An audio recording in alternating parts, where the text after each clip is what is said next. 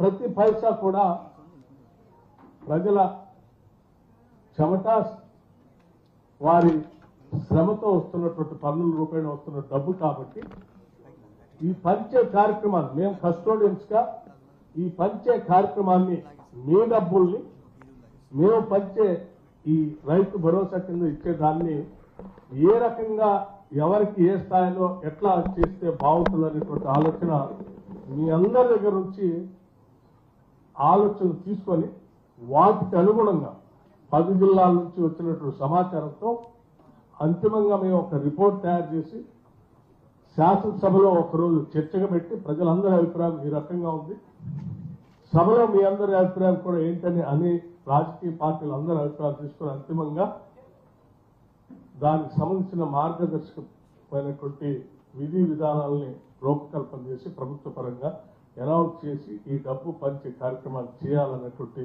ఒక ఆలోచనతోనే ఈ సమావేశం ఏర్పాటు చేయడం జరిగింది. అందుకే ఈ సభలో వచ్చినటువంటి మిత్రులంతా కూడా వివిధ రాజకీయ పార్టీలకు సంబంధించిన నాయకులు ఉన్నారు, రైతులున్నారు, వివిధ వర్గాలకు సంబంధించినటువంటి వాళ్ళు ఉన్నారు. అందరికీ నేను ఒకటే విజ్ఞప్తి చేస్తున్నాను, మీరు చెప్పేటువంటి సలహాలు సూచనలు అన్నీ కూడా క్లుప్తంగా ఎక్కువ సమయం తీసుకోకుండా, ఎందుకంటే చాలా మందితో మాట్లాడించాలి కాబట్టి క్లుప్తంగా 1, 2, 3, 4, 5 ఈ రకంగా చేస్తే బాగుంటుందని మీ అనుభవ రీత్యా రైతాంగ సోదరుల్ని మిగతా వాళ్ళందరినీ చెప్పాలనుకున్నటువంటి వాళ్ళందరూ కూడా ఆ స్థాయిలో చెప్పవలసిందిగా కోరుతూ ఈ సమావేశం పూర్తయ్యేంత వరకు ఇది ఎందుకంటే చాలా గంభీరమైనటువంటి సమస్య, మనం తీసుకున్నటువంటి నిర్ణయం కూడా చాలా ప్రధానమైన నిర్ణయం. ఇంత ప్రధానమైన నిర్ణయం తీసుకునేటప్పుడు మీరు చెప్పేటువంటి ప్రతి సూచన కూడా చాలా విలువైనది. అంత విలువైన సూచనలు ఇచ్చేటప్పుడు సభ కూడా చాలా గంభీరంగా జరగాలనేది మా అందరి ఆలోచన.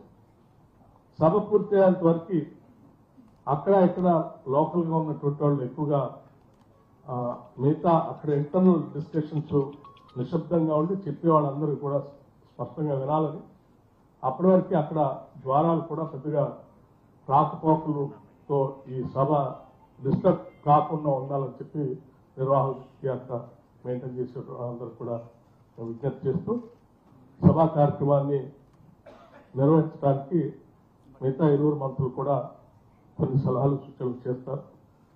దానికి అనుగుణంగా ముందుకు పోవటానికి నచ్చవలసిందిగా జిల్లా కలెక్టర్ గారికి విజ్ఞప్తి చేస్తాను.